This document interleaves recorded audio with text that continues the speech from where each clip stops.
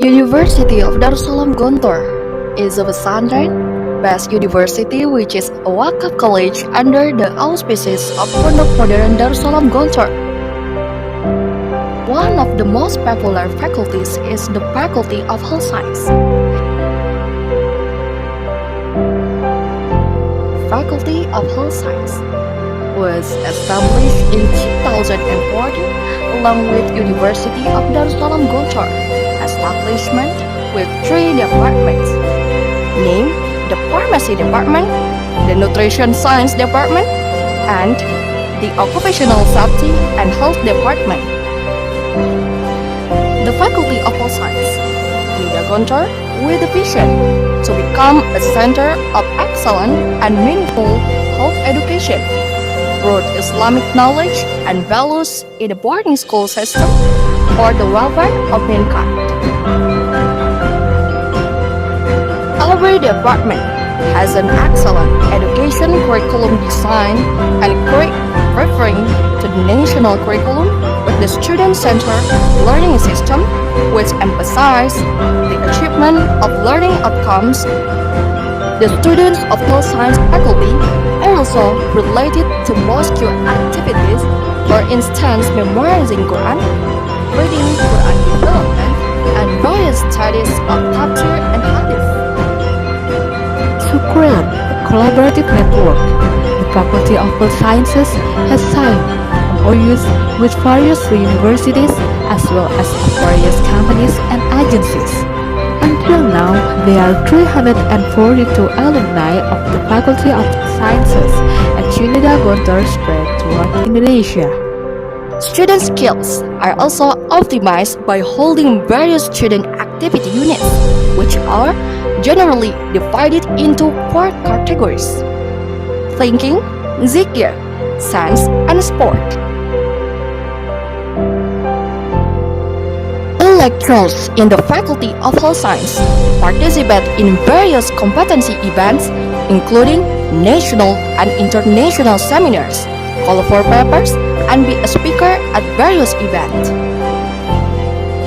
To support student activities, Unida Gontor provides various facilities including classrooms, dormitories, Wi-Fi networks, the meeting hall, garden, sport field, lecture room, and integrated laboratory of the Faculty of Health Science. Laboratory rooms that currently used include culinary and dietetic laboratories, food management system laboratories, nutritional status assessment laboratories, chemistry and microbiology laboratories, food technology and sensory testing laboratories, nutrition center, phytochemical laboratories, biological anatomy, pharmaceutical technology, pharmaceutical chemistry, clinical pharmacy, sterile laboratories, fire laboratories, health laboratories, safety laboratories, and hygiene industry laboratories.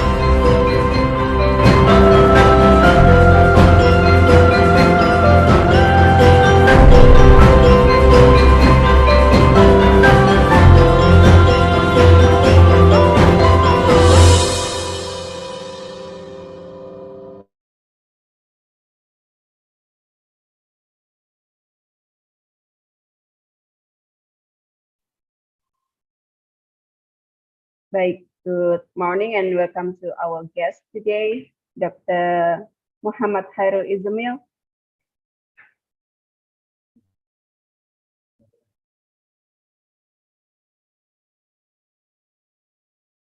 Selamat pagi, Dokter.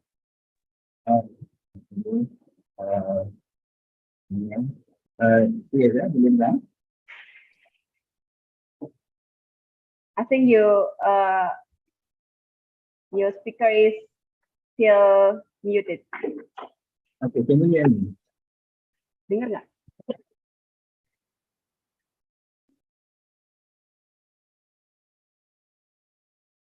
Can you hear me? Okay.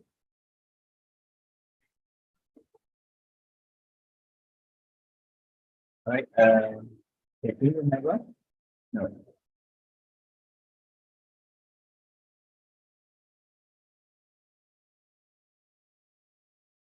Hello. I think really good. Yeah, on the phone. We still not hear your voice. Uh, hello, hello. It's still so low. Yeah, I,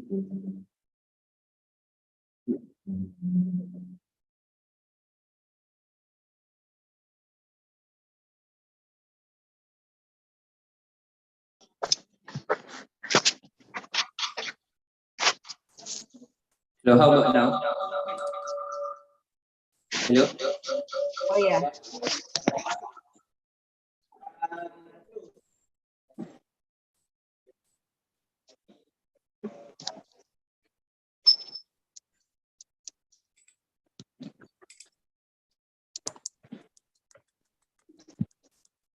Okay, can you hear my voice? Yeah. Is Ya it clear? dokter. Alright, is it clear? Apa kabar dokter?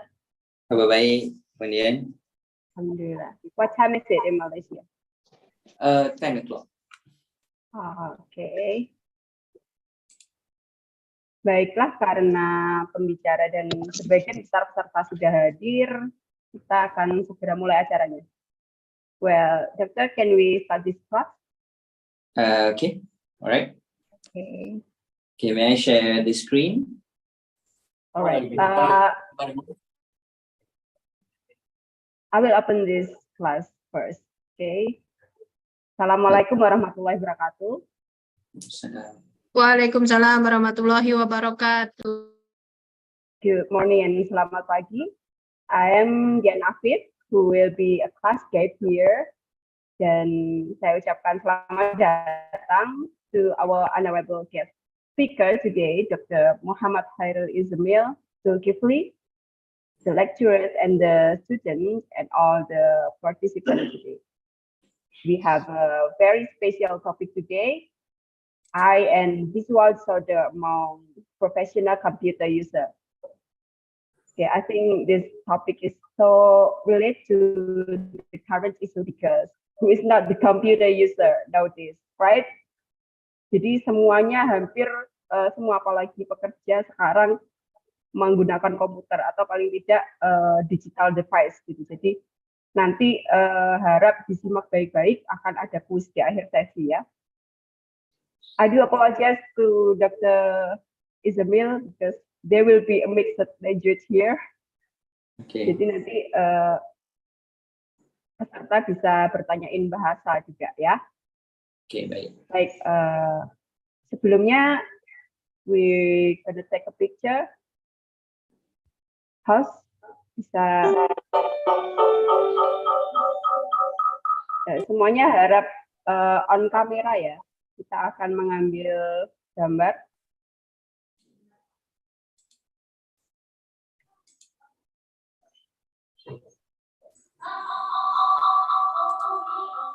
Okay. 3, 2, 1. Okay, next slide.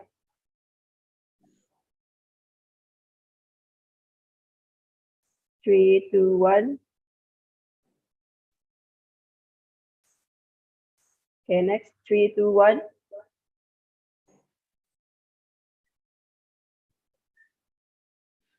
Baik, sudah?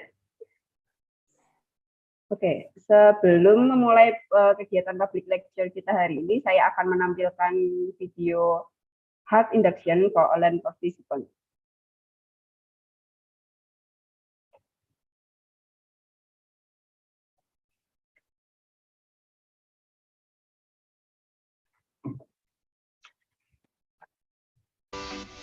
Selamat bergabung pada kegiatan daring kali ini.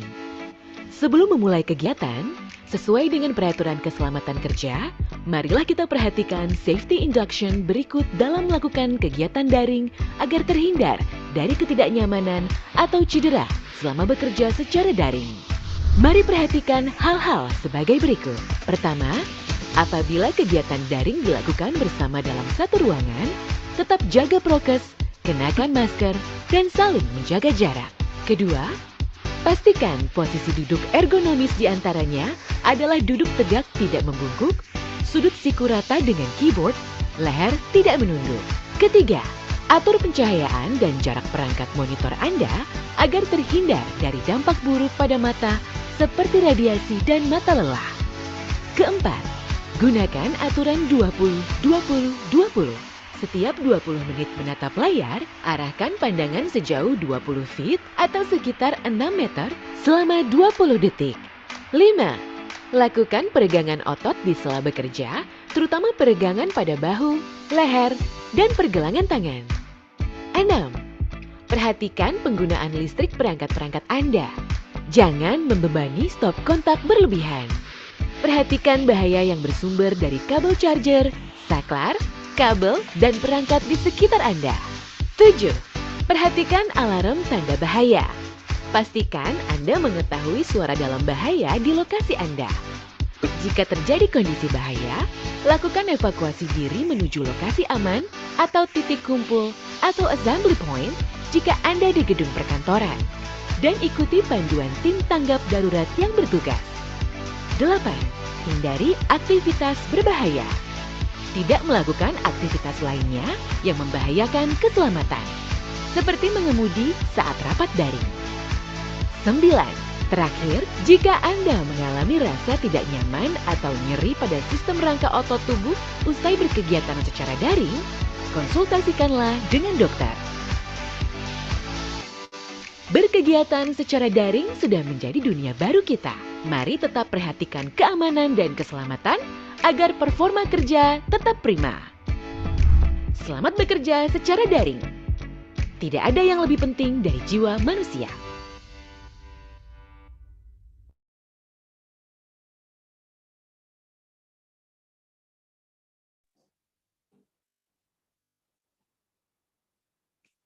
Baik, selanjutnya sebelum masuk ke materi, saya akan menunjukkan profil dari Dr. Khairul Izamil.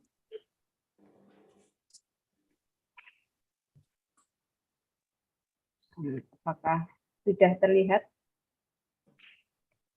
layarnya?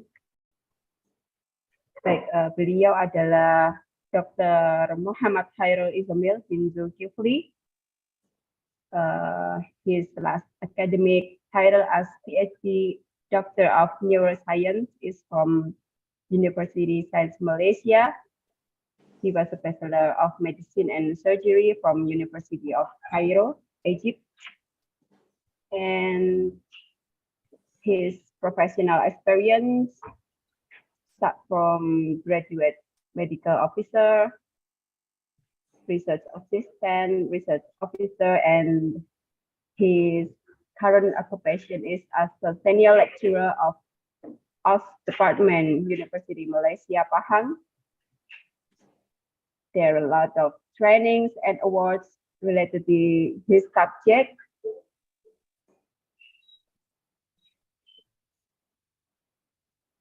Okay, and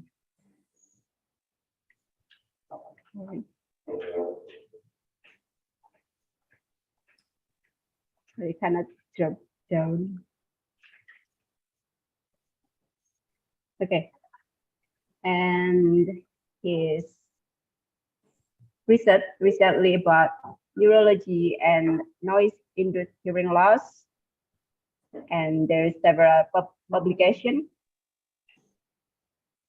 related to medicine, neurology, some of work-related disorders, and his teaching experience is as a lecturer is related to epidemiology, human anatomy, and physiology. Most of it are occupational safety and health subjects. Okay, demikian general information about Dr. Khairul Izamil. And Doctor, as an information, our participants, most of them are students of us program of Universitas Jerusalem Gontor. Some of them are lecturer and some of them are general participants. Okay. So please enjoy your class. You have around 90 minutes and then 30 minutes of Q&A session. Okay, please, time is yours. Would you share your own screen or I could help you? I will share my screen. Okay, please, Doctor.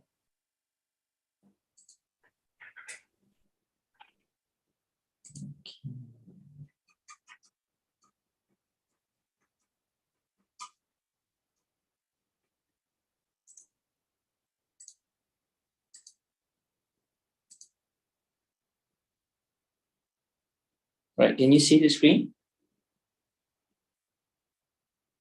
Okay, good. All right. Bismillahirrahmanirrahim.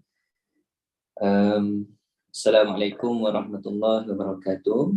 And very Waalaikumsalam warahmatullahi wabarakatuh. Alhamdulillah Rabbil Alamin. Wassalatu wassalamu ala ashrafil anbiya wal mursalin wa ala alihi wa sahbihi ajma'in. Rabbi shrah li sadri wa yassir li amri wahlul 'uqdatam min lisani yafqahu qawli. Allahumma la sahla illa ma ja'altahu sahla wa anta taj'alul hazna idza syi'ta sahla. Rabbi yassir wa la tu'assir. Rabbi tamim bi khair. Okay, first of all, I would like to thank to University Darussalam for inviting me to give a general lecture today entitled Eye and Visual Disorder Among Professional Computer User. Okay, so my name is Dr. Muhammad Khairul Izamil bin Zulkifli. So I graduated in Bachelor of Medicine and Surgery, and my PhD is in neuroscience. Okay, so currently I'm a senior lecturer in OSH program, Faculty of Industrial Sciences and Technology, University Malaysia Pahang Sultan Abdullah, the NPSA. So University Malaysia Pahang has been rebadged, okay, renamed to the new name, okay, University Malaysia Pahang Sultan Abdullah. Okay.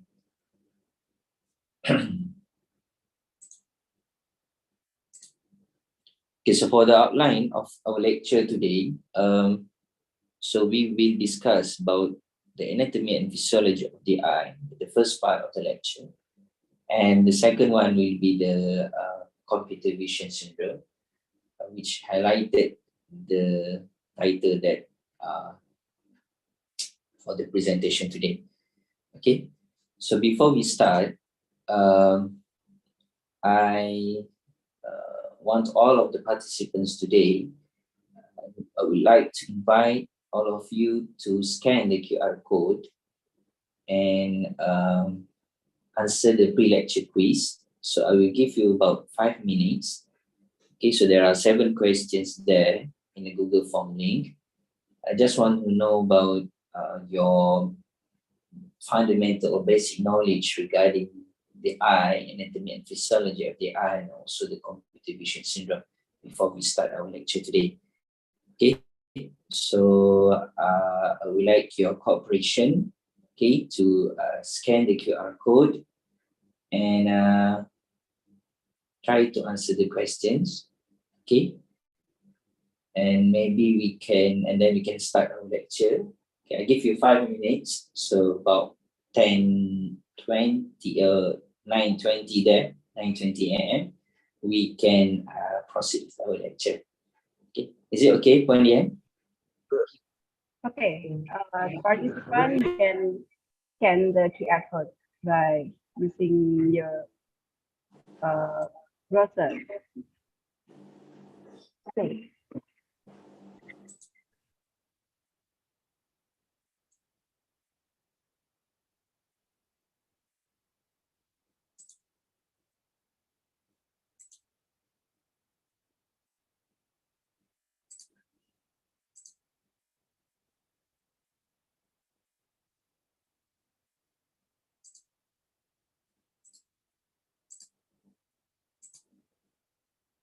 Or you can click the Google Form link that I have posted in the chat box. Right. same link. Thank you. Okay. Check the chat box. You can find the link there. Can click it. Find the quiz. Okay.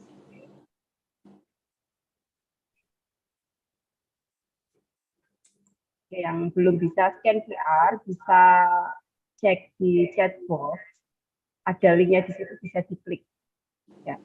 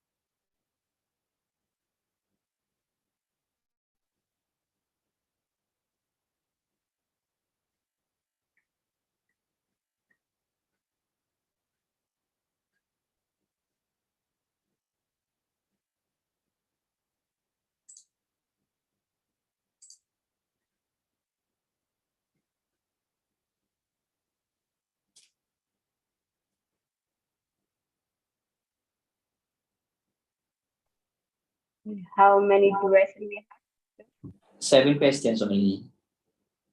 Okay.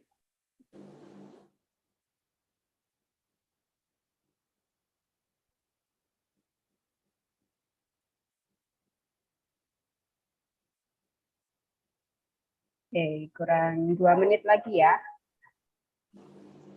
Yeah, just answer the questions without thinking too much. Oke. And please do not Google it. Right? Just want to know. This is not a quiz or exam. It's just a Ya, pertanyaannya cukup sederhana, jadi dan tidak terlalu banyak juga. Jadi harusnya sudah selesai ya di semuanya. Oke. Oke, dokter. We finish to fill the quiz.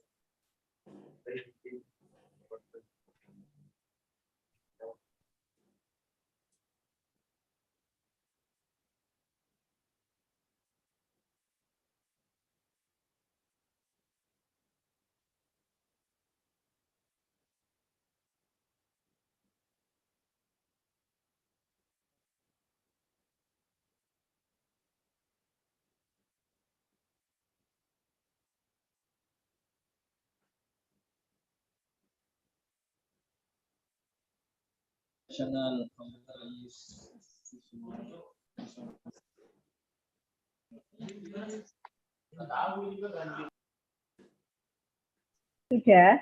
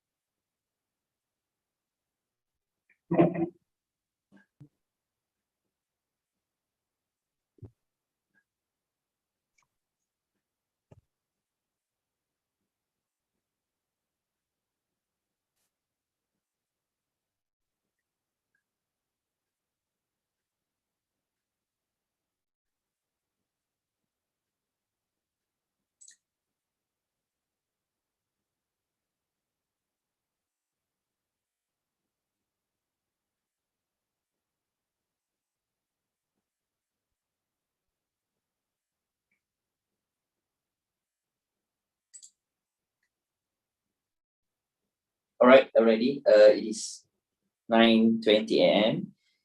Okay, so I guess we can proceed with the lecture. Okay, first of all, like I said before, the first part will be the anatomy and physiology of the eye. Okay, so basically, eyes is a special organ where the anatomy and the physiology is quite complex in comparison to other organs that we had inside our human body system. Okay, if I'm not mistaken, when I was in my medical degree, the subject of the eye, we have been taught about in a 1 year academic curriculum. Okay, in comparison to other organs or other systems, which consists about 3 to 4 months only. Okay, in anatomy and physiology part. Okay, so eye is a very special organ created by our God, and so today I would like to explain a little bit in general about our anatomy and physiology of the eye. So first of all, where is our eye located? Okay, so our eye is located in a special compartment, okay, inside our skull, right? So it's like there is a socket there, and our socket, what we call, it will cover the our eye, okay, the eyeball. Okay, there are 7 bones contribute the bony orbit. Okay, the first is the frontal bone, and then got ethmoid bone, lacrimal bone, palatine bone, maxillar bone, sphenoid bone. Okay, and there are a hole there, a canal there. We call it as the optic canal or optic foramen, where our optic nerve, okay, communicated between our eyeball to our brain, okay, where we want to send the impulse or signal to our brain, where we can perceive our vision. Okay, so the important openings present there is optic foramen, okay, for optic nerve, and there are also superior orbital fissure and inferior orbital fissure for another nerve that is that are responsible for the movement of our eyeball. Okay, so basically this is how our eyeball is located inside our skull. Okay, and our eye is surrounded by several muscles. Okay, we call it as the extraocular muscle. Extra means outside, ocular means eye. So this muscle, there are 4 rectus, or we call it recti, and 2 oblique muscle. Okay, so 4 recti muscle are the superior rectus, we've got medial rectus, inferior rectus, and also the lateral rectus. Okay, and 2 oblique muscle, we've got superior oblique and inferior oblique. So all of these muscles are supplied by the oculomotor nerve, trochlear nerve, and abducens nerve, respective to the muscles that they have supplied. Okay, so the function of this muscle is to move our eyeball to different direction, upward, downward, laterally, medially, medial and upward, or medial, downward, or lateral, upward, lateral, downward. Okay, so these muscles are very important because if we want to focus at some object, okay, the movement of the eyeball is needed, and these extraocular muscles are responsible for that. Okay, here we have an image of how these muscles are surrounding the eyeball, surrounded by these extraocular muscles. Okay. Okay, now we go to anatomy of the eyeball. I think this is a very quite important topics that need to be learned, because if we do not know how our eye function, the anatomy and the physiology of the eye, so we cannot what we call we cannot understand how the computer vision syndrome occurred, how it affects our eye. Okay, so it's very important to know the eyeball first, the anatomy and the physiology, how our eye works, and from there we can know if there is an impairment of our surrounding in terms of the lighting or distance of the object or what source of the light that reflected to our eye. So all of this has impacts on our eye function. Okay. Okay, sekejap saya. Right.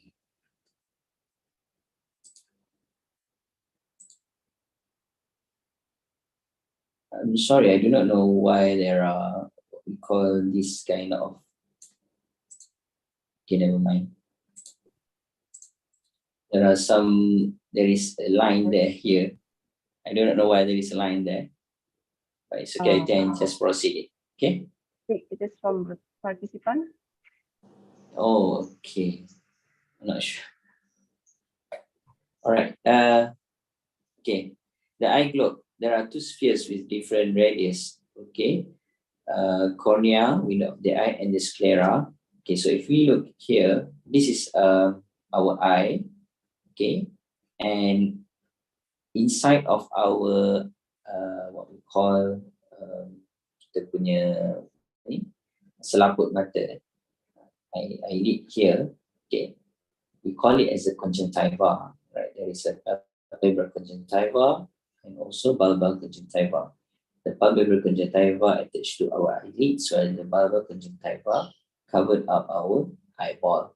Okay, so when there are some inflammation of our conjunctiva, we call it as a conjunctivitis or hemorrhage below the layer of our conjunctiva. We call it as a subconjunctival hemorrhage. Okay. So conjunctiva covered our eye from outside. And here, this is where the bulbar conjunctiva located, okay, covered up our eyeball, while the palpebral conjunctiva cover up our eyelid. Okay, so the function of the conjunctiva basically to protect our eyeball from too much exposed to outside. Okay, the coats of eyeball, we got three coats, we got three layers, okay, of our eyeball. The first one, the outer one, there is a sclera and the cornea. The sclera covered up the area inside of our eyeball, while not inside, it is the deep, okay, while the outer side here is a cornea. And then the middle layer, we've got the vascular coat where the blood supply is there, okay. We got the choroid and ciliary body and iris, okay. So this is a ciliary body, this is iris. Iris forms the pupil, okay, covered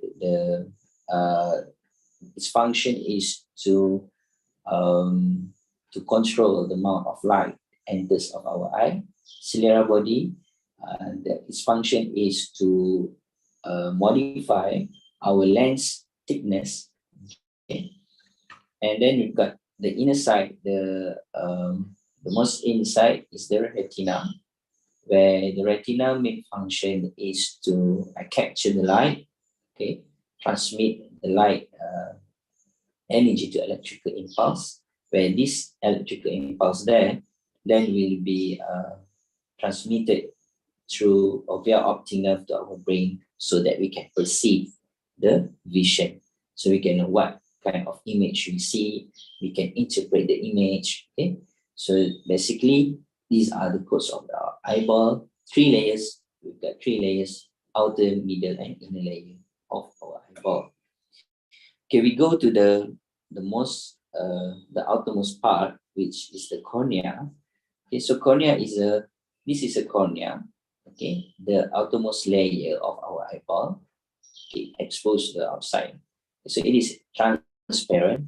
Vascular means there is no blood supply here, and regularly arranged collagen fibers. And if put it under the microscope, we can see that there are several layers covering up or compose this layer of cornea.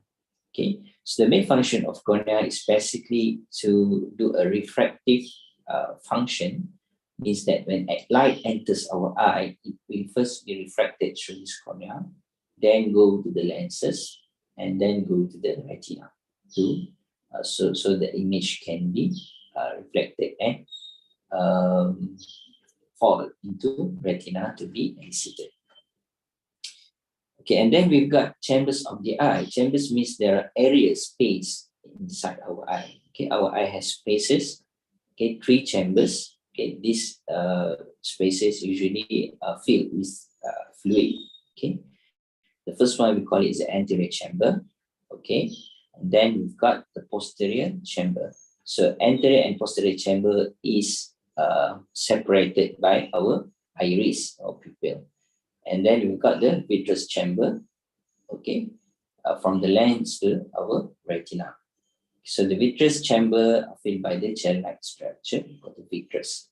Okay. So this is an iris or pupil. Okay, when the component of the eye that is responsible to give the color of the eye is our this one, iris and iris. Okay, iris we have a hole inside it. Then we call it as a pupil. Okay, if you realize when we enter in the very dark room, okay, our eye will slowly manage to adapt with the lighting, the amount of light that present there. If the amount of light is very minimal, our iris will relax and more pupil, the pupil will become bigger.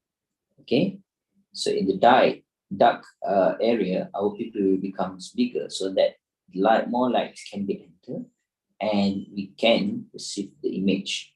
Okay, so in contrast, when we are in the very light area, okay, too much light exposed, okay, our pupil will be very small, so minimum or optimum light just needed to be entered inside our eye and then fall into retina so that we can translate the image. Okay, so this is our iris and pupil. The function is to control the amount of light enter our eye. Okay, so this is what we call mydriasis, or this is called miosis.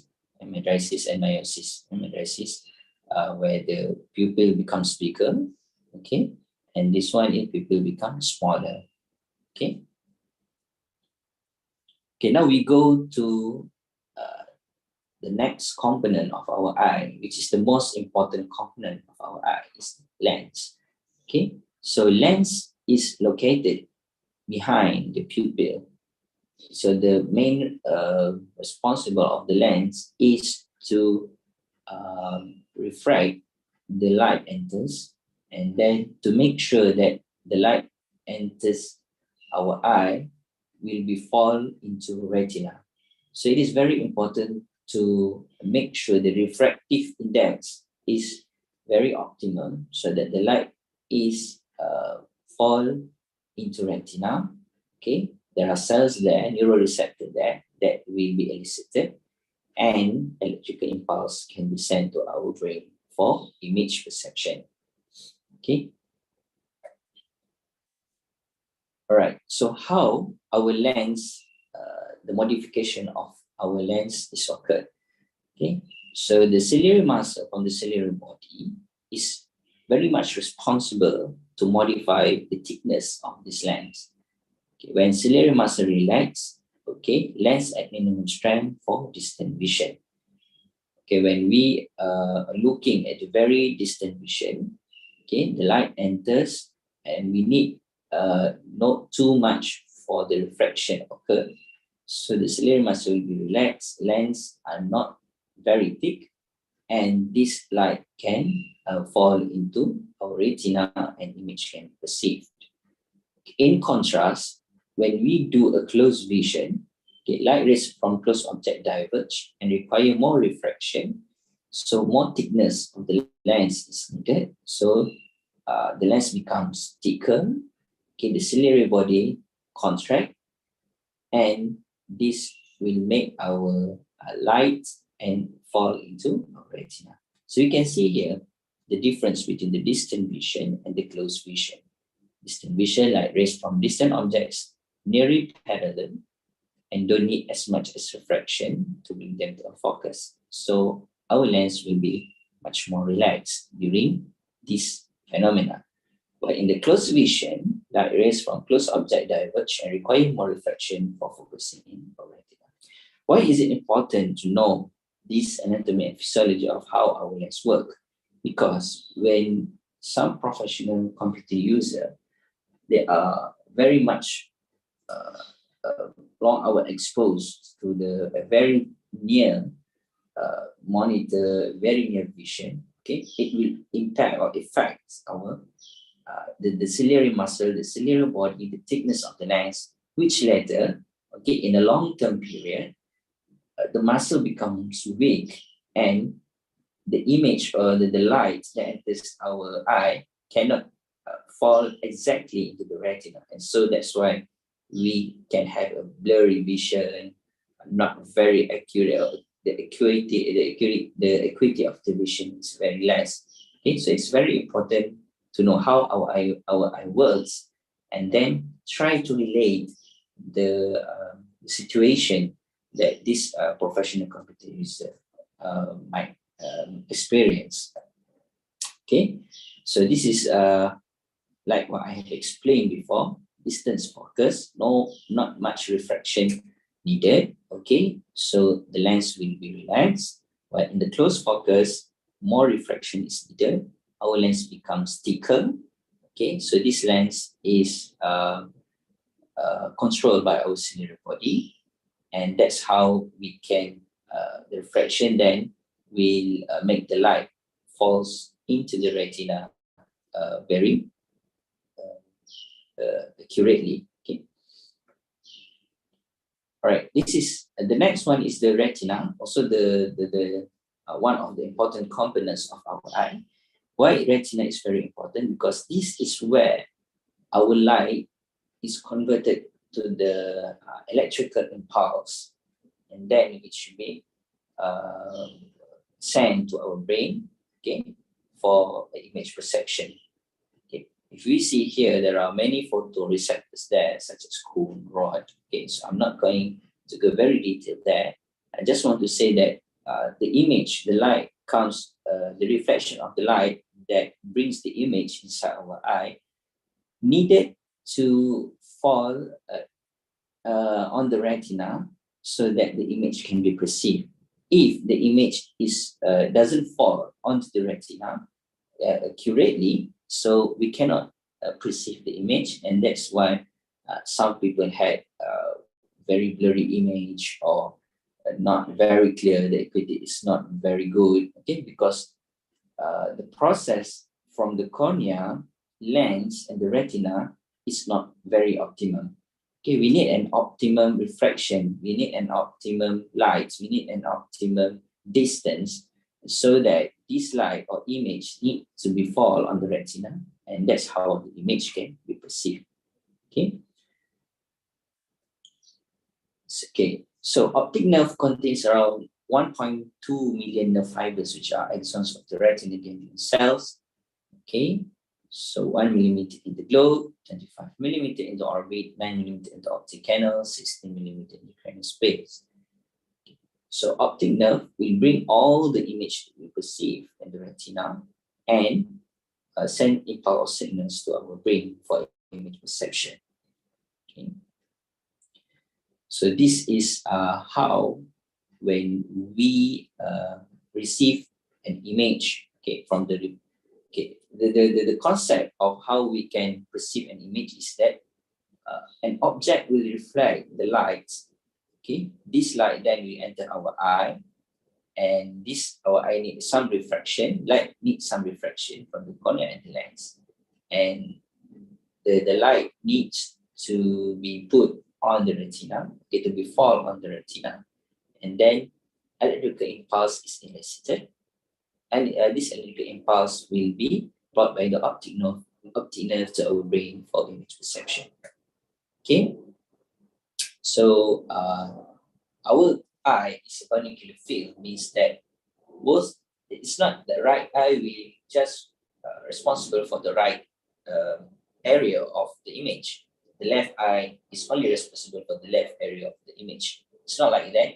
Both eye is responsible for the right and left part of the image. Okay, right eye responsible for the right and left part of the image. And the left eye also is responsible to perceive the right and left part of the image. Okay, so this information then will be carried out, okay, from the optic nerve, okay, and then there are some decussation, okay, some cross fibers, okay, from the outer part, the inner part and the outer part of the eye, okay, and then we go to the optic tract, and then they will relay here in the lateral genic nucleus of thalamus, okay. So it will, there are some synapses of nerve impulse here, and then we go to our left and right visual cortex to perceive the image. So both right and left part of our brain is responsible for the both part of the image, right image and also left image. Okay, so our visual area, so our cortex, is located at the back of our brain. We call it as the occipital lobe. Okay, so in some cases, like stroke patient, okay, who had the bleeding or the ischemia or the what we call necrosis of the brain tissue at occipital lobe, usually there will also an impairment of the vision. Okay, means that they have a very good eye, they have good cornea, they have good lenses, they have good retina, they have good optic nerve, but the nerve inside their brain, okay, the perception cannot be done there. So they also cannot see the vision as well.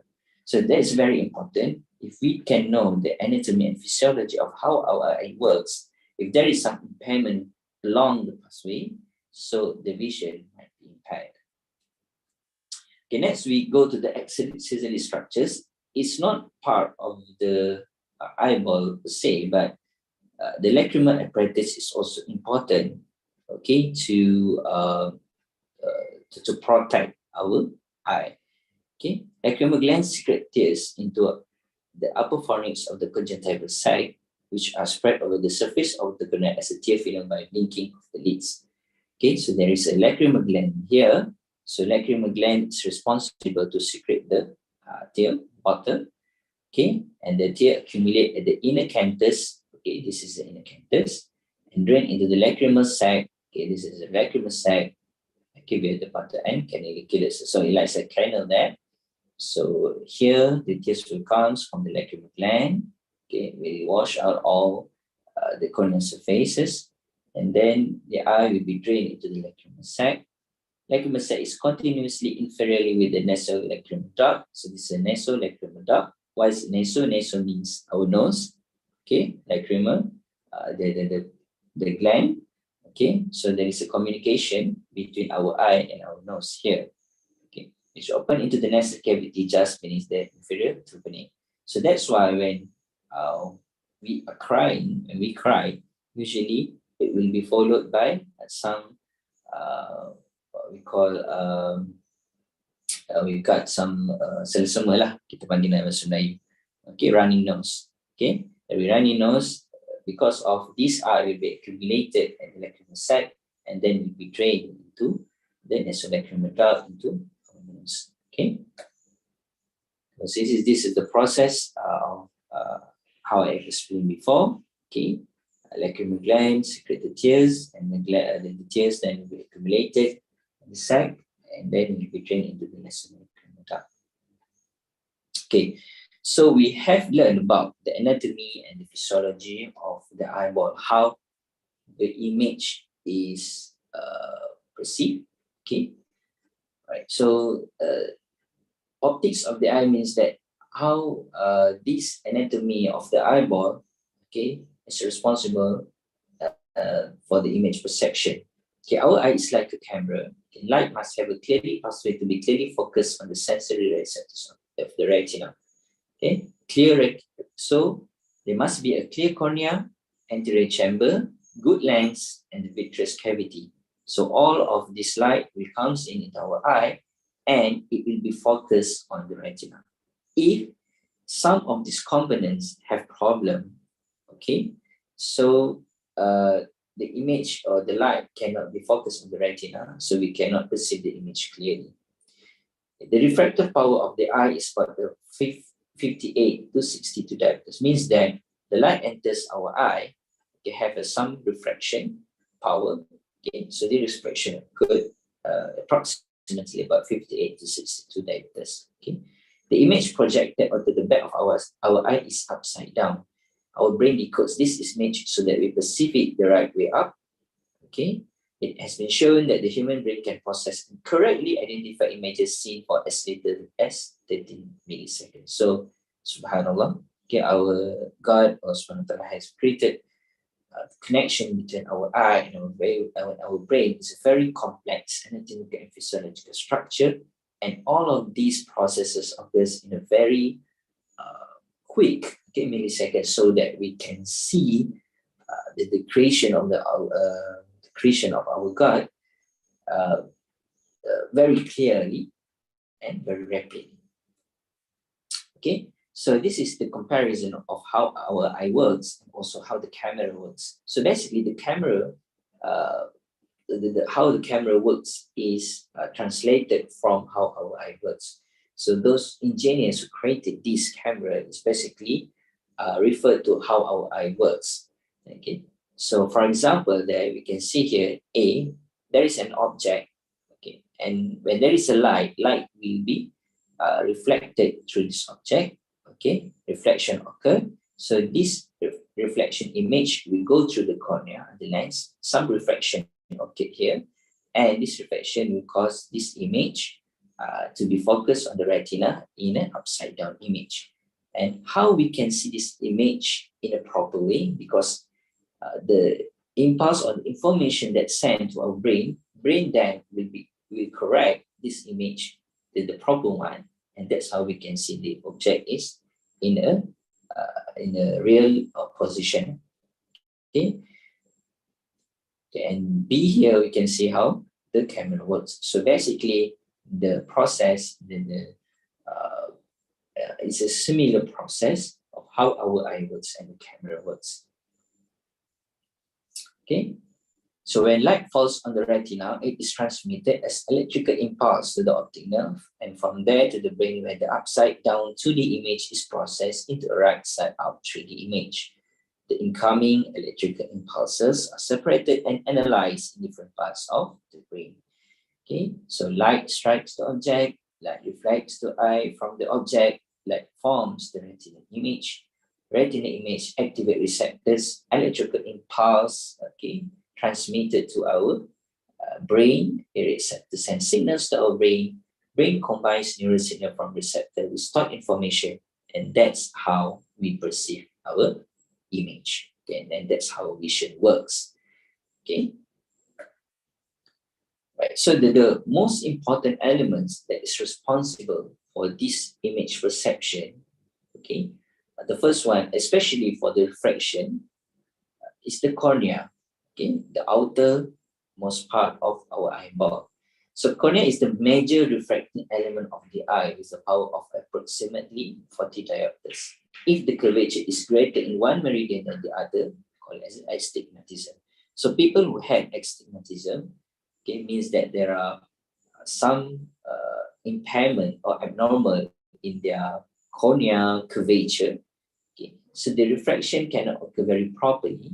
So when refraction of light cannot occur properly, so the image will not be focused on the retina, and so that's how they cannot see the image properly. And the second component of the eye that's responsible for the refraction is the lens. But the lens is responsible about 17 to 21 diopters, while the cornea up to 40 diopters. So accommodation able to change the power of the lens markedly depends on age. Okay, so our cellular body again have muscle. So when we becomes older, this muscle becomes weak. So the modification of the lens also will be impact as well. So that's why in older people there are some we cannot see some images of some things properly because one of this what we call one of these reason. Okay. All right. Refractive error. I have explained before just now that refraction of the light is very important so that the image can be focused on the retina. Okay. Normal vision occurs when light is focused directly on the retina rather than in front or behind it. Okay. Nearsightedness, okay, those who had kita panggil rabun jauh lah. Okay. Visual image is focused in front of the retina, and we need another lens, which is our glasses or spectacles, to fix this refraction of the light, and that's how we can put the reflection of the light onto the retina. For the far-sightedness, or we call it as the rabun dekat, okay? The visual image is focused behind the retina, and we need a special concave lenses to correct this light so that it can be put on the retina and image it can be perceived. Okay, so for those who had rabun jauh or nearsightedness, okay, this phenomenon we call it as a myopia, and the lenses that we needed to correct this myopia is the what we call biconcave lenses. Okay, by the hyperopia or farsightedness or rabun dekat, we need lenses, biconvex lenses, to correct the refraction light area. Okay, and then it will be put on the retina. Okay, so that's how the image is. Okay. So now, when we know the anatomy and physiology of the eyeball, how the image is processed, how the refraction of the light is occur inside our eye, and what kind of refractive error might occur.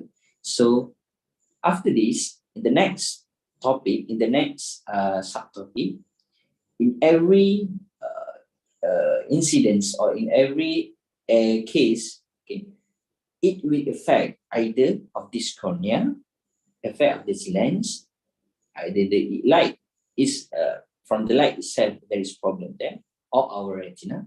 So all of these components, if there is impairment there, so our vision is also impaired. Okay, so this is the example of how astigmatism occurred because the surface of the cornea or lens is unequally curved. So astigmatism can be caused of either the surface is unequally curved either at the cornea or the lenses. Okay, so the image that will be produced, okay, will not be focused on the retina. Okay, so that's how they become blurry image, and some surgery or lenses, special lenses is needed to correct of this refraction error so that the people or this patient can see the object clearly. Okay, so I guess I have given lecture about 20 minutes. So we need to follow the 20-20-20 rule.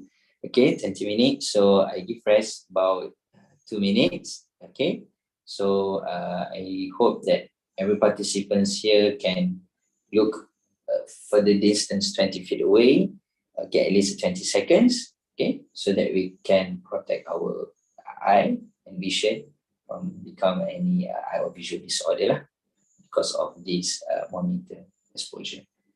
Okay, so sekian, about 2 minutes break. Is it okay? Before we proceed to another.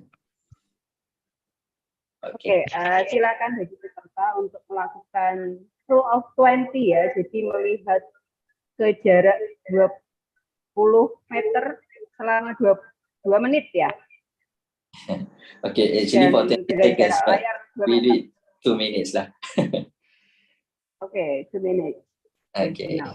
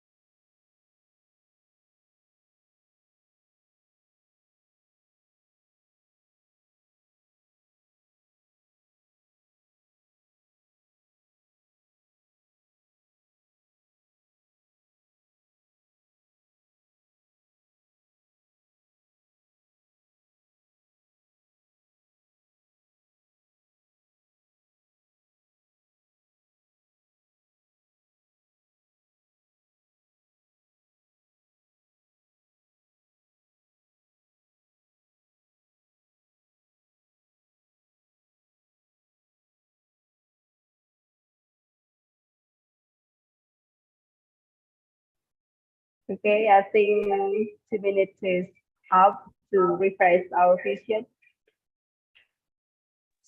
All right. Okay. So we continue with computer vision syndrome. Okay. So now we have learned about the basic knowledge of how our eye works.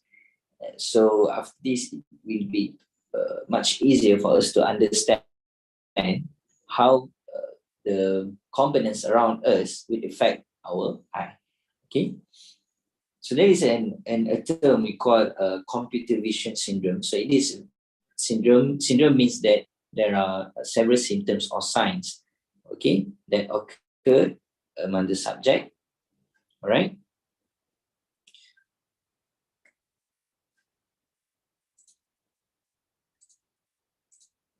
Okay, what is CVS? CVS is not the cardiovascular system in this lecture. It is a computer vision syndrome, or we call it as a CVS. It is also known as a digital eye strain. Okay. Some research shows that the continuous screen for at least 2 hours can be enough to trigger symptoms. The longer we spend staring at screens, the more likely we are to develop symptoms. So presence of various ocular, musculoskeletal, and behavioral signs and symptoms produced by the prolonged use of electronic device with a digital screen. Symptoms that appear are blurred vision, conjunctival congestion, eye fatigue, visual accommodation disorder, headache, muscle pain in the neck and back, and also attention difficulties. Okay, so it means that any symptoms or sign, clinical symptoms or signs, they're related to the vision cause of the computer or any electronic devices with the digital screen, we put it under the computer vision syndrome. Okay.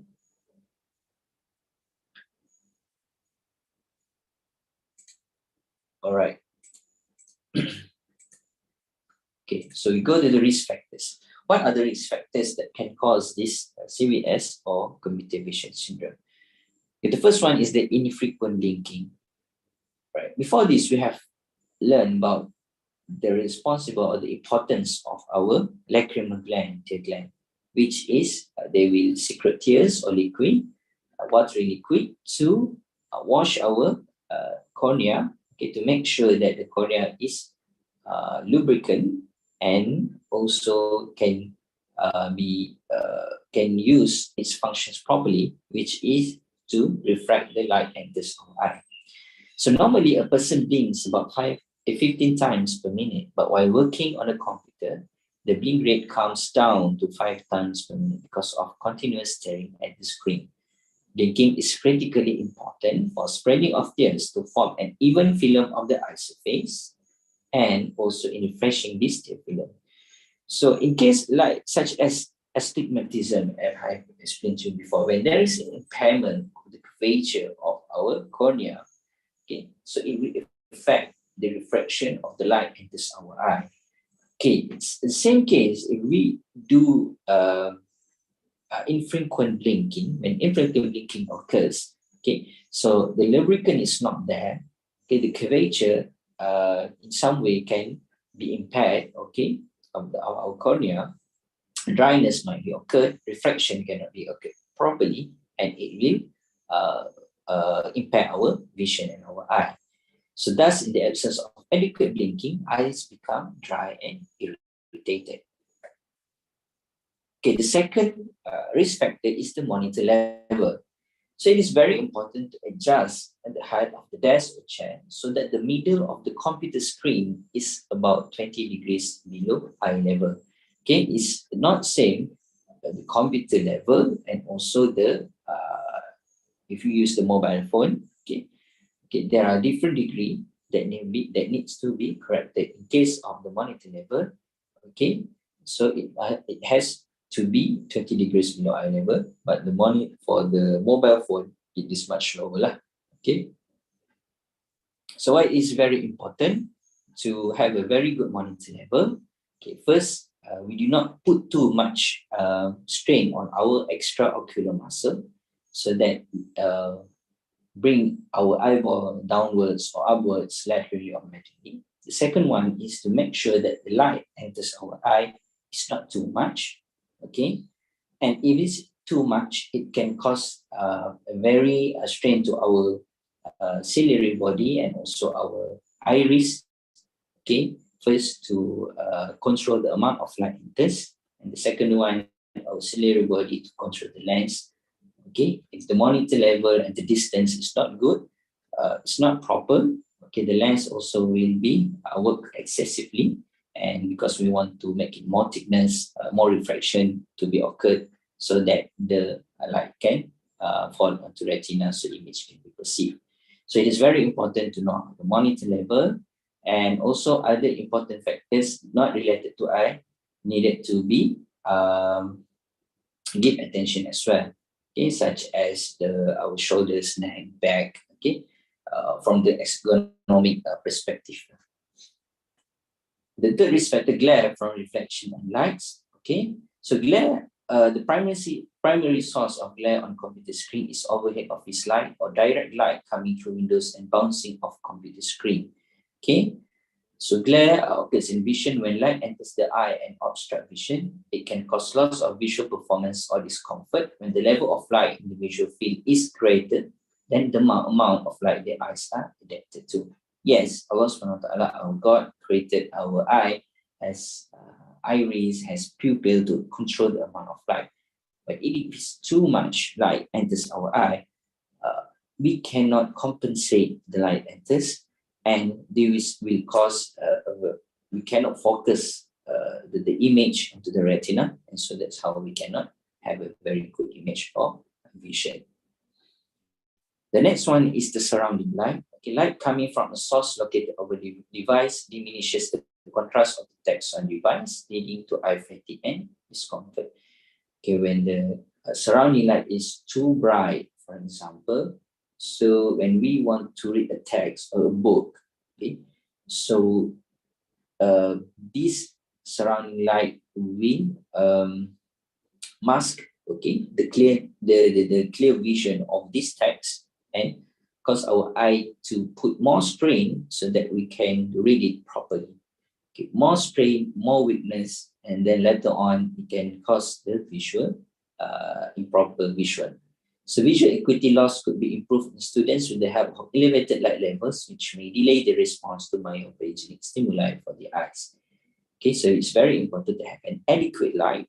Okay, brightness of the monitor must not be brighter than surrounding light, and vice versa. So increase the contrast on your screen. Okay. So prolonged working hours. Using a device for more than an hour a day is a risk factor for the dry eyes. Okay, a work rest schedule with breaks at every 15 minutes followed by a micro break, so every 30 minutes followed by a 5-minute break has been shown to significantly increase work efficiency and reduce eye and musculoskeletal discomfort. Okay, or we can use also the 20-20-20 rule, okay, to rest our eye during prolonged working hours. Okay, so why prolonged working hours can cause this visual disorder? Because prolonged working hours means that we use excessive contraction of the muscle, either the extraocular muscle or the smooth muscle inside our eyeball, such as ciliary body or the iris. Okay, so this latter in a prolonged period will cause weakness of the muscle. Weakness of the muscle cannot function properly, and that's how the refraction of the lights cannot be functioned properly as well, so we cannot perceive our image properly. And there are some microenvironment factors as well. Factors such as humidity less than 40% and high temperature can cause increased film evaporation, producing hyperosmolarity and eye discomfort. Other factors that can produce ophthalmic symptoms in the indoor workplace include pollens, dust, aerosols, or chemical irritants. Okay, so it will affect our conjunctiva, our cornea. As we have mentioned before, cornea is very much responsible for the refraction up to 40 diopters. Okay, so if anything happens to our cornea, so it also can cause visual deviation. Okay, the next one is the ametropia. What is ametropia? It is any refractive condition that results in the image of the object in view, which does not allow for a properly focused image on the retina. Means that people who had abnormal curvature of the lens or the cornea, okay, so that the refraction index cannot be done properly. Okay, so it will affect also our eye vision. So it needs to be corrected either using a special lens or glasses with a proper corrective power, so that we can see the image clearly. The next one is the nicotine use. Okay, a recent study found that smoking represents a risk factor for dry eye, cataract, age-related macular degeneration. Macula is an area inside our retina, okay, glaucoma and Graves' ophthalmopathy. Okay, so how nicotine use can affect our eye? Firstly, at the cornea, it can cause minor corneal staining. Nicotine and acrolein may reduce iron conductance and epithelial cell and induce inflammatory response. Okay, and second one, teophyllum aldehydes and free radical cause teophyllum instability, irritation, and severe dryness. Okay, as we have mentioned before, the cornea has several layers. Also, this prolonged use of the nicotine can cause impairment in the cornea. General effects: nicotine induce nystagmus and reduce staccadic latency period. Aldehyde are carcinogenic substances. Okay, choroid: nicotine reduces choroid thickness. Nicotine in vasoconstriction may reduce outer blood flow. As I have mentioned before, choroid is the second outer layer of our eyeball, so it consists of a lot of vascular blood supply to our eye. So nicotine obstructs the microvascular, so blood supply cannot be supplied to our eye, so our eye cannot have a very good healthy tissues and cannot function properly. Another one, traumatic injury, okay, such as burn injury, corneal laceration, decreased visual ability, so on. And also it may affect retina as well. Nicotine may interfere with retinal light adaptive vision, responsible to characteristical heavy content. Okay, so basically nicotine use can affect all the components of the eye, the layers, and it is prolonged use, either vape or the smoking, okay, anything that contain very much excessive nicotine. Okay, so in the long term, it can cause visual impairment as well. Another factor is the screen resolution and text size. The poor screen resolution, inadequate brightness of the screen, and the glare that occur on older screen are risk factors, increasing the severity of CVS, cognitive vision syndrome. The small screen and font size increase eye strain and fatigue due to improper eye focus. So the main reason the visual disorder might occur because of the eye strain and fatigue, because we want to focus on the image. Another one is a 3D stereoscopic display. Okay, numerous studies which investigate the ocular modification of the watching a 3D display concluded that 3D screen affect accommodation and convergence abilities as well as the dynamic.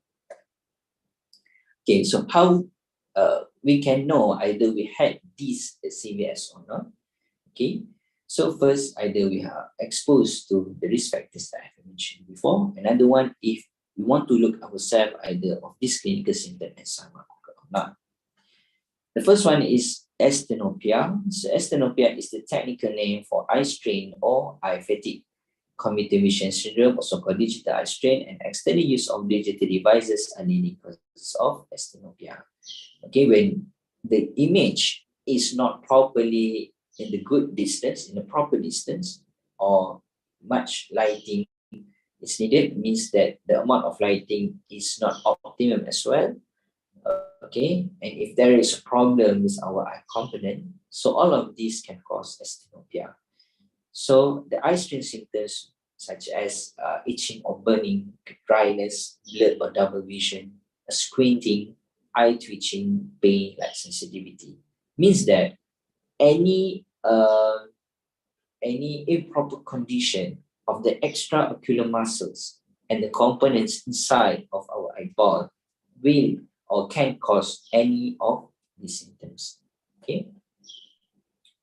The second one, clinical symptoms might be divergence, anomalies, and amblyopia. Kalau dalam bahasa Melayu kita panggil juling lah, juling. Maknanya kedudukan, the position of the eyeball is not properly positioned. Computer operation involves prolonged near work. Vergence dysfunction include decompensated heterophobia, poor vergence facility, and convergence insufficiency. when we want to focus on one subject, both eye needs to have a very good visual acuity, especially focusing on that subjects.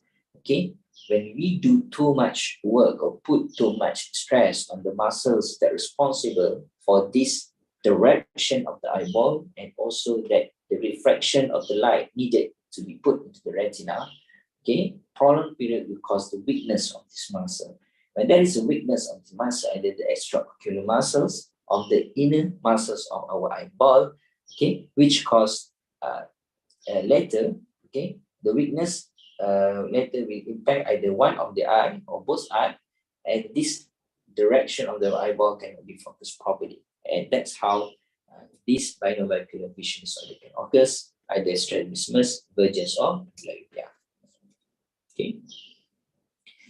Okay, this one is very common among us. I think it's a temporary gadget-induced myopia when we look at things very near in prolonged period, especially when we read books or sit in front of the monitor in a long time. Okay, we can have this what we call a temporary gadget-induced myopia.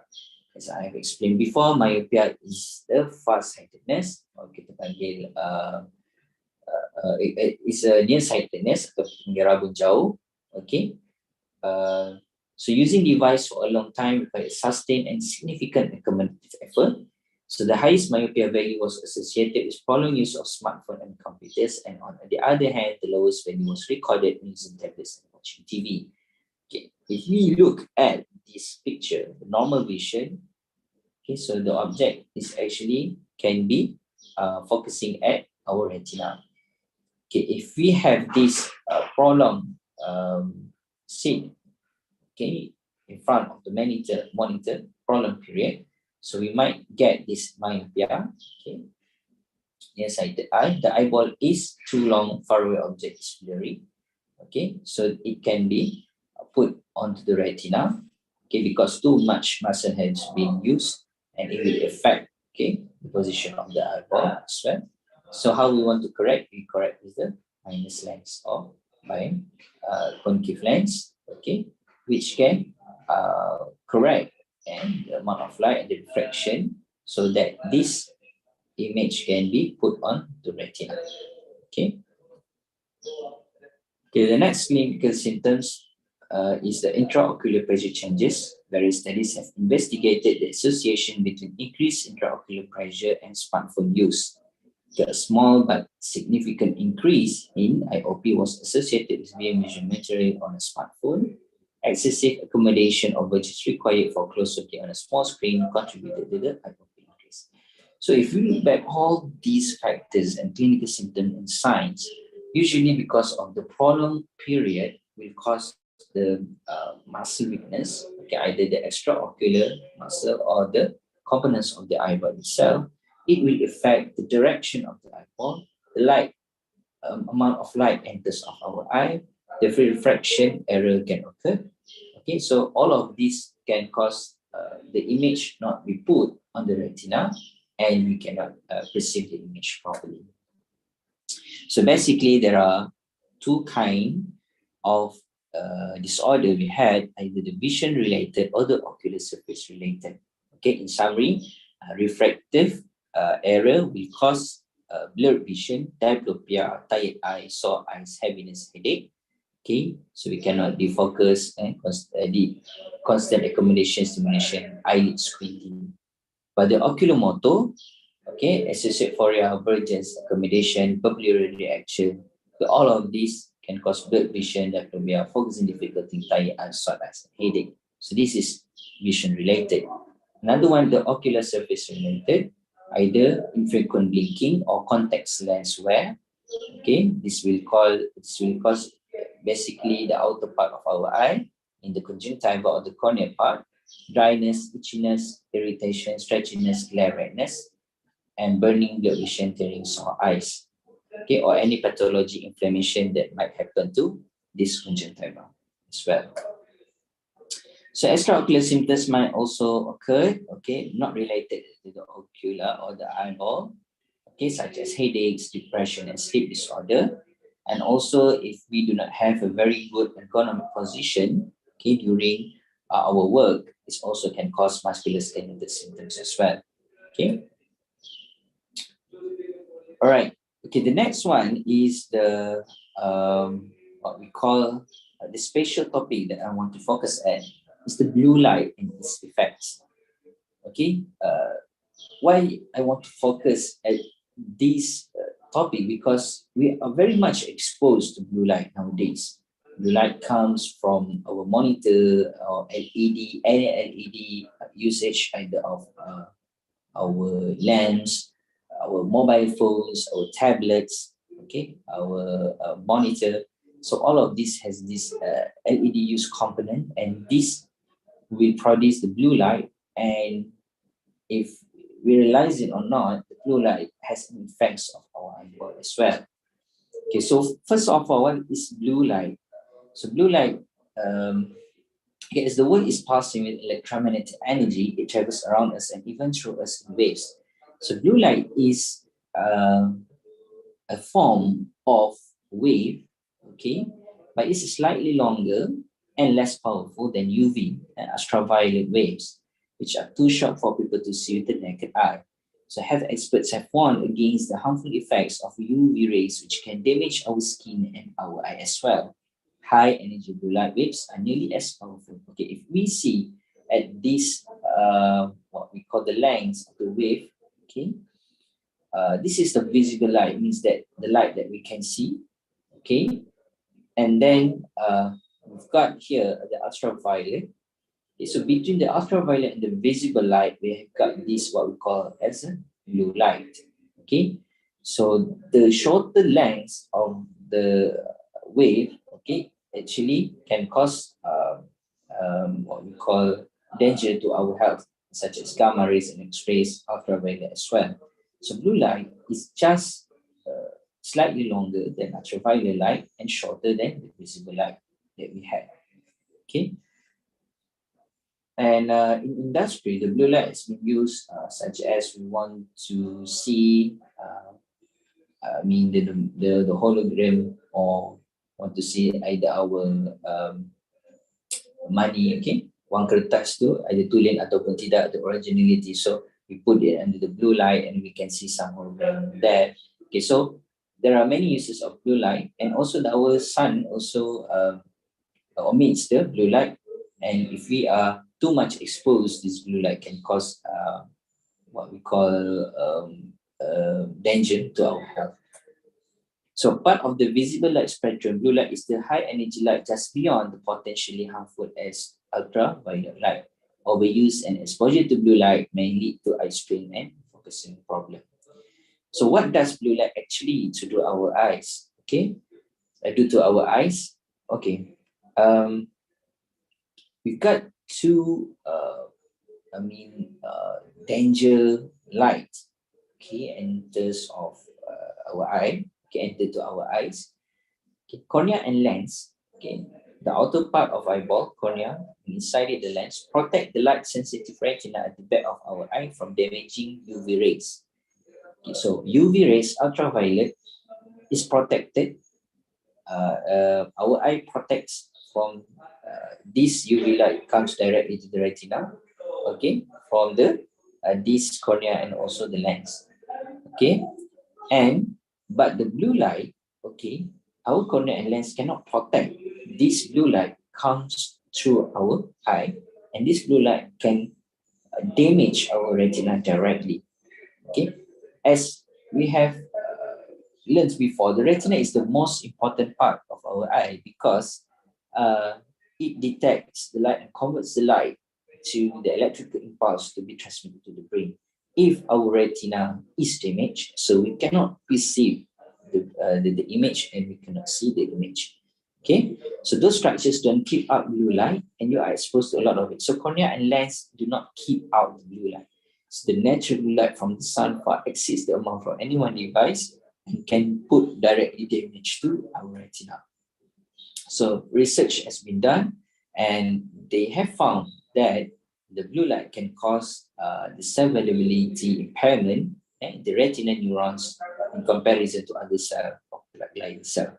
So it means that blue light, they very much like to damage the retinal cells in comparison to other cells. And as we have explained before, the retina is very important to our eye because there we can transmit the signal to our brain for to perceive the information or eye vision.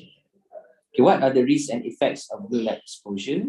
So if we expose to the blue light for the prolonged period, it can cause the macular degeneration. So macula is position on our retina. So it is a place or is an area in our retina where very much photoreceptors or receptors is located.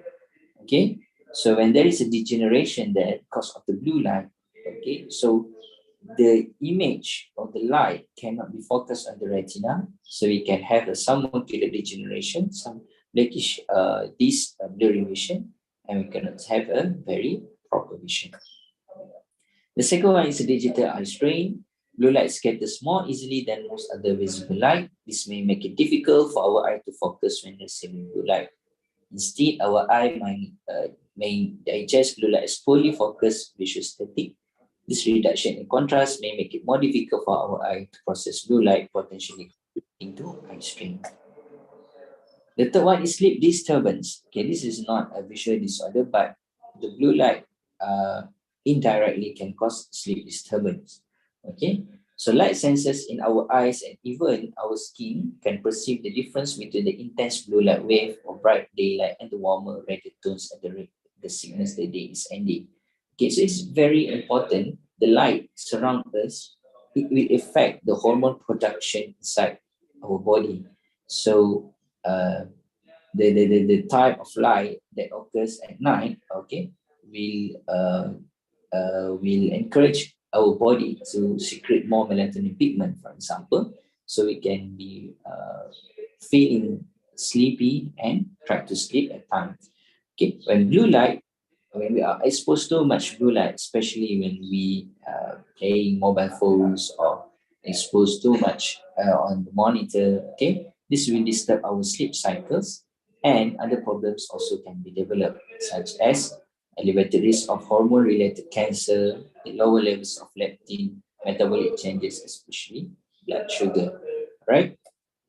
So, okay, the last one is the prevention and treatment.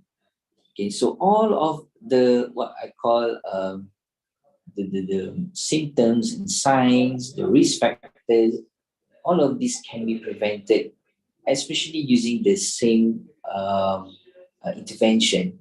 Okay, so how we want to avoid our eye strain while looking at the computer? So we have known what are the risk factors, okay, the anatomy of the eye, physiology of the eye, how our eye works, how the surrounding environmental factors might affect our vision, either through directly injured or impact our components of the eye, such as the cornea, lenses, retina. Okay, so all of these are very important in refraction of the light to input the image of the light on our retina and image processes. Okay, so any of this impairment can cause blurry vision and eye disorder. So we need to, what we can do is to control or to modify these surrounding environmental factors so that we can have a proper visual acuity, proper light, proper refraction of the light, proper good lubrication, extraocular muscle. Okay, so all of this when combined together functioning properly, we will have a good visual acuity and good vision. So how to avoid our eye strain working at the computer or any devices? Firstly, we do the regular eye checking. Why we want to do the regularly eye checking? Because we want to know either we have any curvature impairment or our cornea or lenses are not function properly. So either we will have what we call lenses, special lenses, or any surgical intervention or not. So it's very important to do the eye checking if we had any vision problem or eye disorder. Second one is eye exercising. Why we need to do the eyes exercising? So because we want to have a very good extraocular muscles, very good smooth muscle inside it, such as the ciliary body and the iris, so that all of the components of the eyeball can be functioned properly.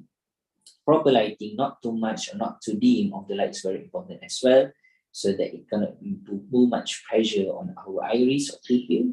Monitor cleaning, when we clean the monitors so the text, the object image can be seen properly, so not much strain on our eyes. Distance adjusting, glare reducing, font scaling. Okay, all of this is needed because we want to not put much strain on our eyes. Just need, because if all of this component is not put properly, our eye will become strained because we want to focus at this image. And when we want to focus, it will be too much pressure on our ciliary body muscle, our pupil, our extraocular muscles. Too much prolonged will cause this muscle to become big. And then frequent blinking, but it's very important to have a frequent blinking. So frequent blinking will cause eye tears to wash the conjunctiva. Okay, so the conjunctiva is very important to have very lubricant because conjunctiva directly to our cornea. So cornea will become can do its function, which is to refract the light comes in. Glasses wearing, if we had any impairment in the refraction of our lenses.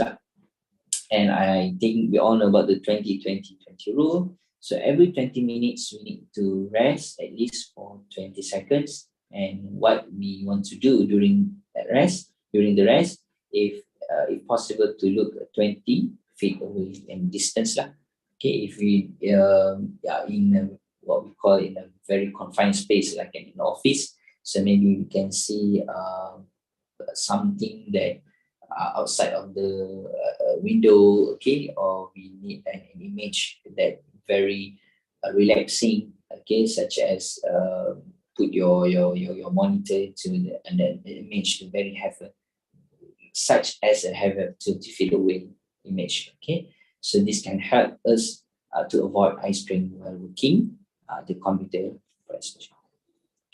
Okay, so for conclusion, as technology evolves, digital screen devices have become a common tool that is used for different purposes on a daily basis.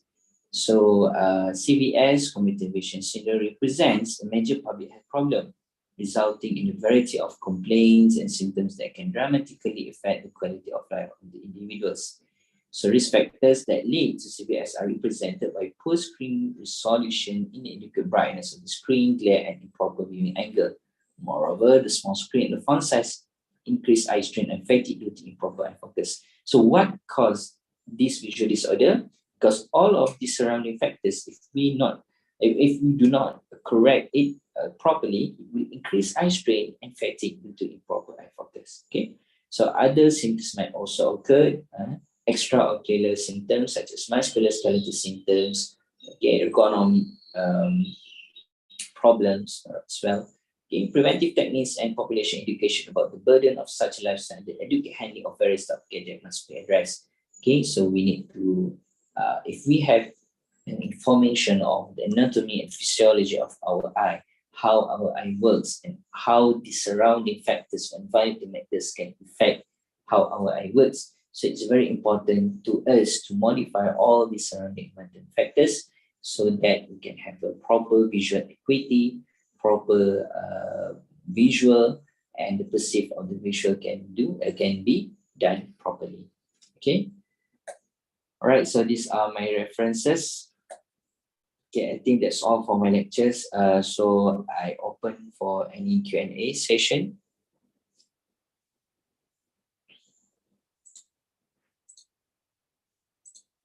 Okay.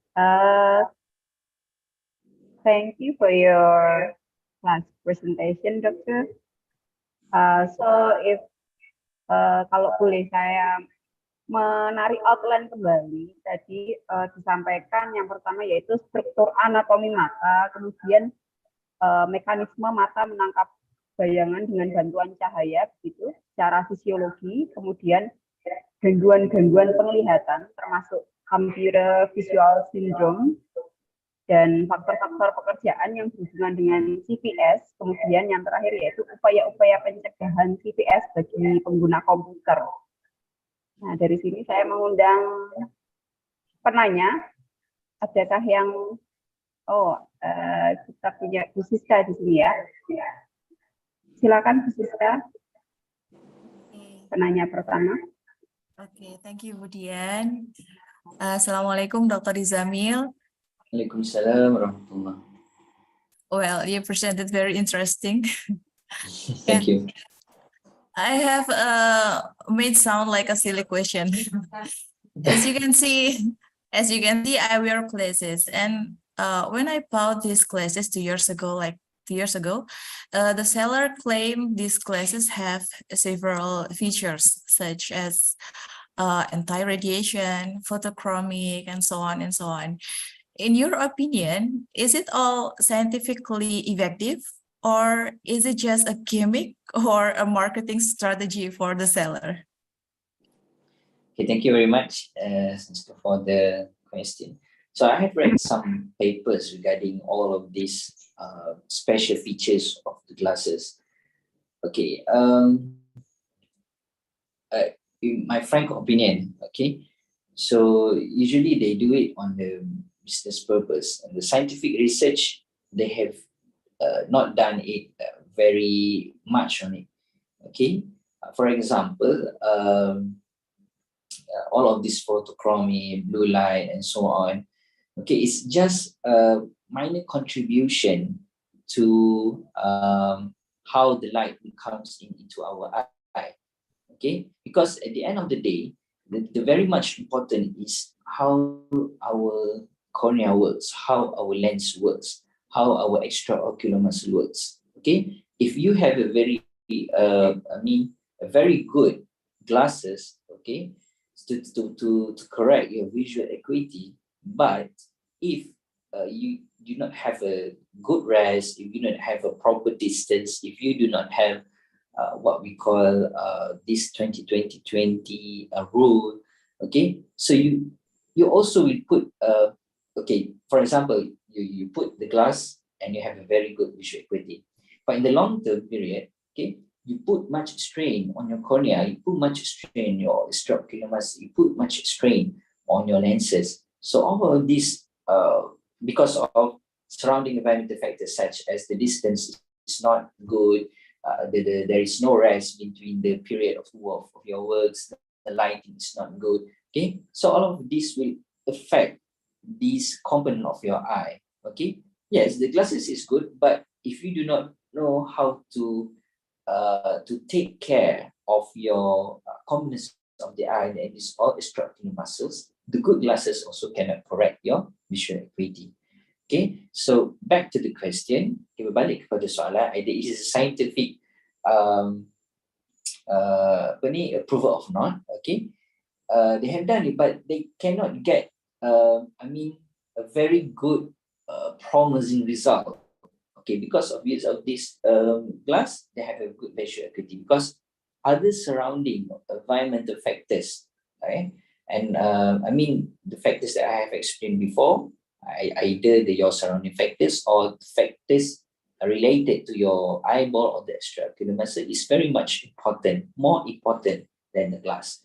Okay, so that's why sometimes people who had glass before, and after that, when they take care of their eyes very properly, okay, they can reverse back, okay, means that their visual acuity.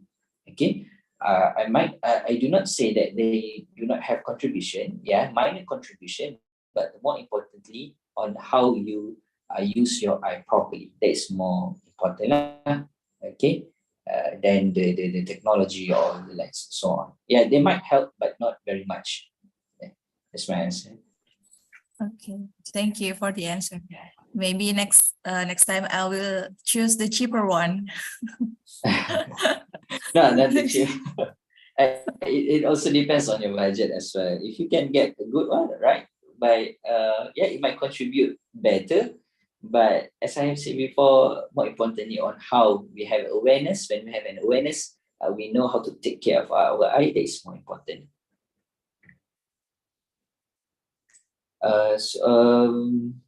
And is it okay if we look at messages in the chat box, because I found that some questions here. Okay, there are so many questions in the chat room here. We have a question in the chat. It is Zain some our computer devices has a screen radiation protector. How this feature could enough protecting us from CVS risks? Screen radiation protection. I think there's a blue light, like I have explained before. Okay, the blue light, as I explained, is more dangerous than the UV light. Okay, so yeah, there are some, but for your information, blue light also has some benefits to our health as well. Okay, that might be another topic. Okay, so how this feature could enough protect us from severe X-rays? Okay, same answer. The more importantly is our awareness and how we take care of our eye. Okay, I do not say that the blue light is not good at all. So it's good, but too much exposed to the blue light can cause this visual disorder lah. So it's very important. The radiation protector not so much contributing to our severe X-rays. Okay, more importantly is about how we are aware about our surrounding factors and how we react to them. Okay. So the second question, apakah benar jika rabun jauh pada mata akan semakin bertambah sesuai dengan bertambah umur? Apakah rabun jauh dapat disembuhkan? Dan apakah operasi pada penyembuhan rabun jauh efektif dan aman? Okay. Yeah, because when we grow older, our lenses, okay, will become, it will change, the dynamic of our lenses will become changed. Okay, so for example, if we have this rabun jauh on the sightedness myopia during our child, so we've got this corrected lens, okay, to correct our eye. Yeah, in future, we might not need our specs, okay, if the power is stable lah. Not very much changes, okay, but it depends also on other factors as well.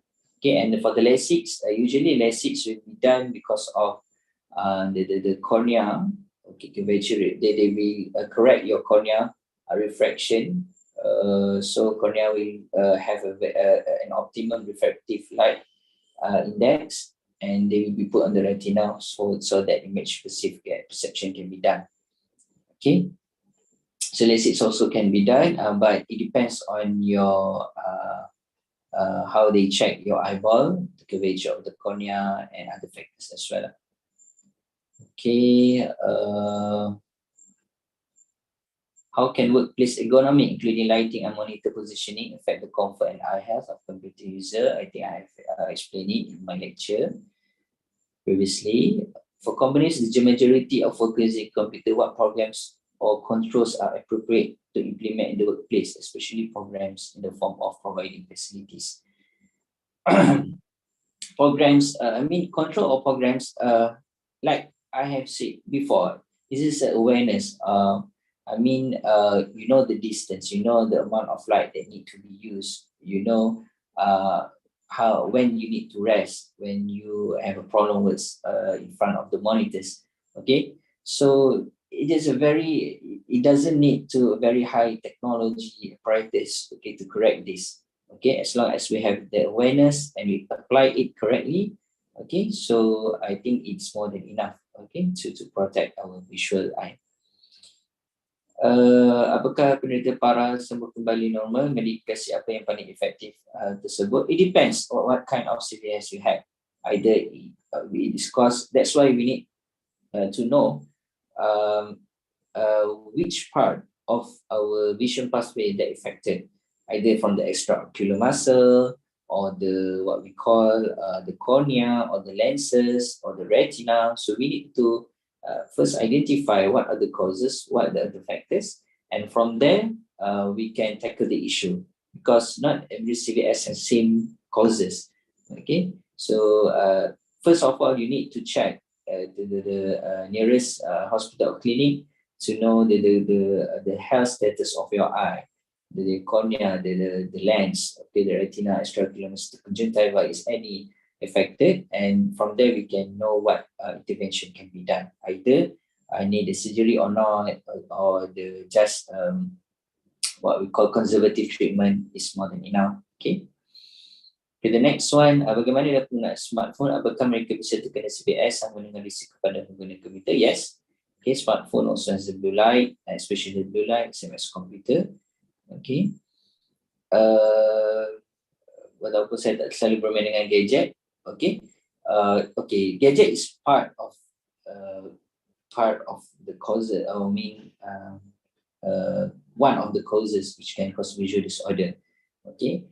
Other factors might also contribute to visual disorder. For example, if you are a person who like to read books, okay, and you do not have improper lighting, for example, or the direction, the distance of your book and your eye is not a good distance, or another thing might contribute this, or from your your individual anatomical eyeball is not same as others.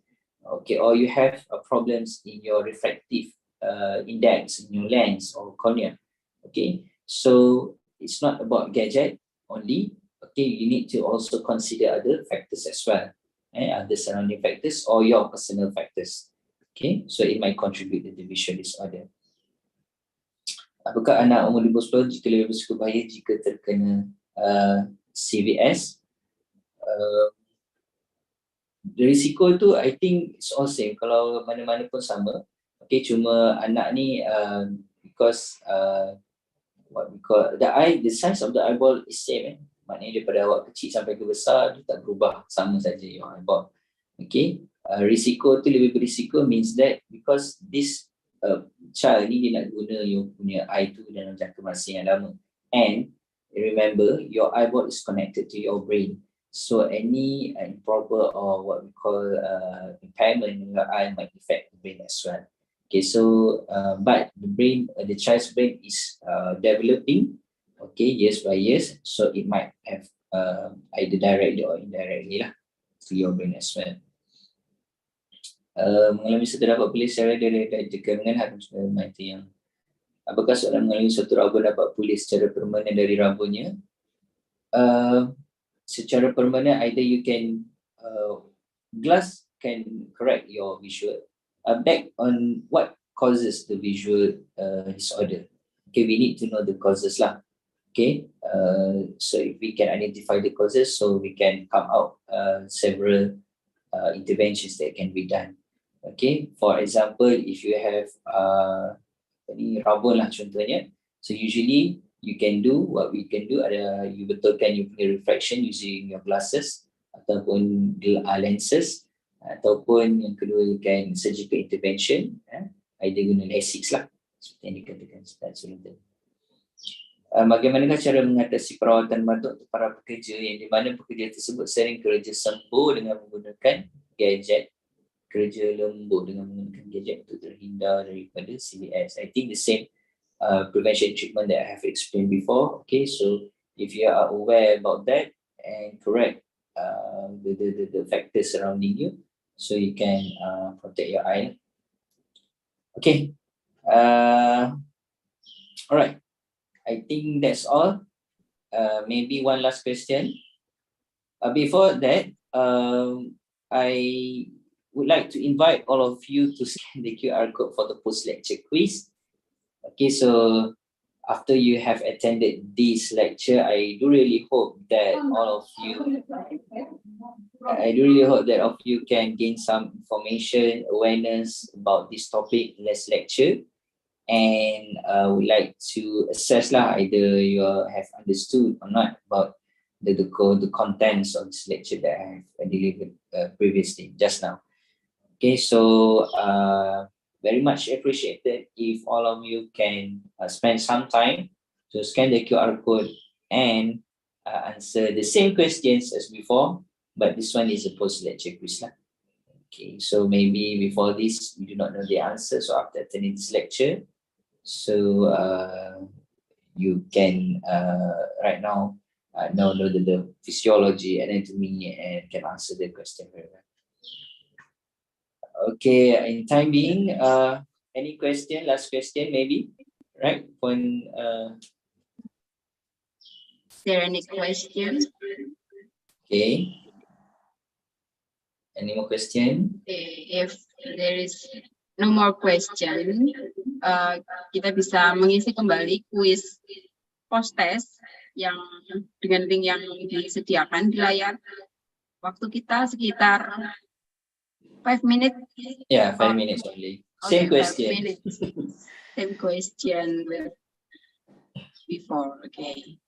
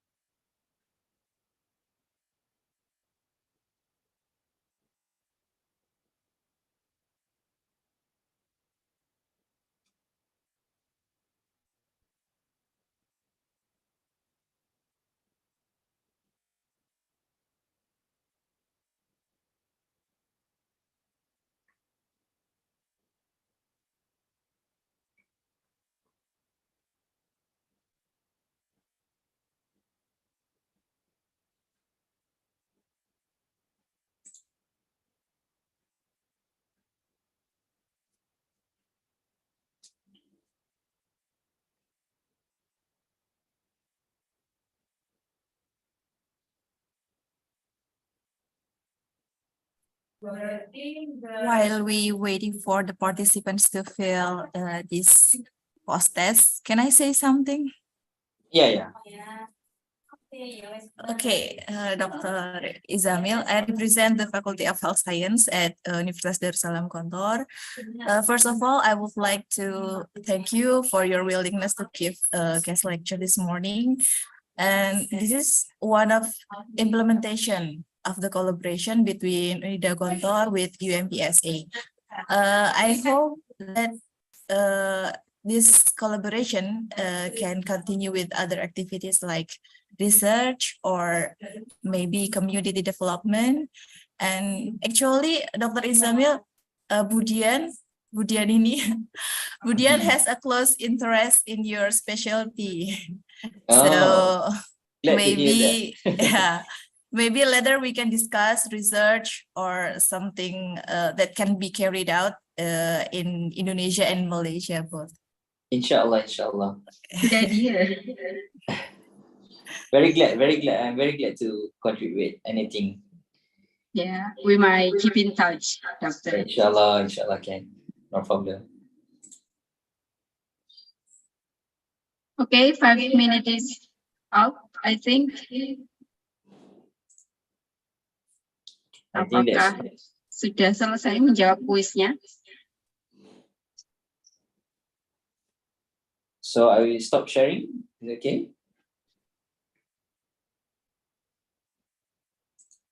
Okay. Okay, baik. It's a very interactive class, I think, but our time is limited, so we may keep in touch with Dr. Hairul Izamil in the next time. Inshallah. Baik, apakah ada tambahan lagi, Bu Siska? No. Oke, demikian telah kita simak online classroom kita bersama Dr. Muhammad Hairul Izamil. Thank you, Doctor, for joining our program, sharing your experience, your knowledge. Semoga ilmu yang kita dapatkan menjadi berkah dan manfaat. Terima kasih. Thank you also to University Darussalam for inviting me for this lecture. Really appreciate it. Yeah, you might have a good day, Doctor. Inshallah. Baik, untuk seluruh peserta harap mengisi link absensi yang kami lampirkan pada chat room. Dan bisa kita akhiri, Dokter? Ya. Akhirul kalam, kami selaku penyelenggara kelas mohon maaf apabila selama kegiatan terdapat hal-hal yang tidak berkenan. Saya selaku moderator mohon undur diri. Terima kasih. Wassalamualaikum warahmatullahi wabarakatuh. Assalamualaikum warahmatullahi wabarakatuh. Thank you very much. Thank you all. Thank you, Doctor. Okay. Okay.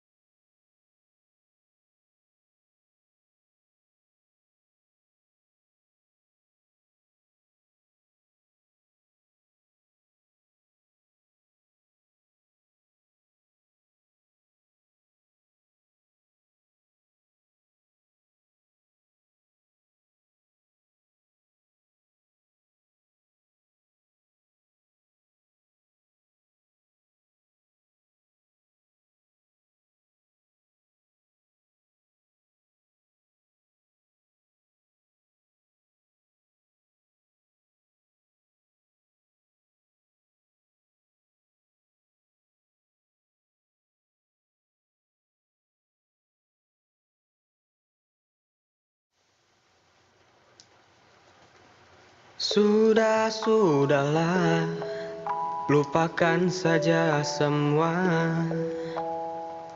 kebencian, kedengkian, tiada berguna. Sudahlah, jangan ada amarah. Bersama kita bangun Indonesia tercinta. Biarkanlah nurani bicara, satukan langkah kita bela Indonesia. Kobarkan, derapkan semangat untuk membela, berjuang, berkorban untuk Indonesia jaya. Satukan, kokohkan, eratkan tali ukhuwah, bersama membela untuk agama dan bangsa. Dengan keharmonisan dan kebersamaan menuju Indonesia bersatu. Indonesia satu, Indonesia bersatu, Indonesia satu. Menggapai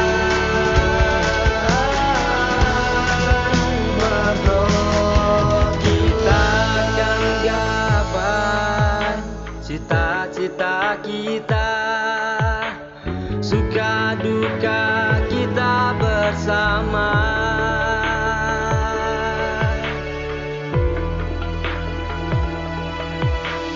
Marilah kawan kita bersama, kita akan warnai dunia. Bersama-sama kita kan berjuang untuk Indonesia.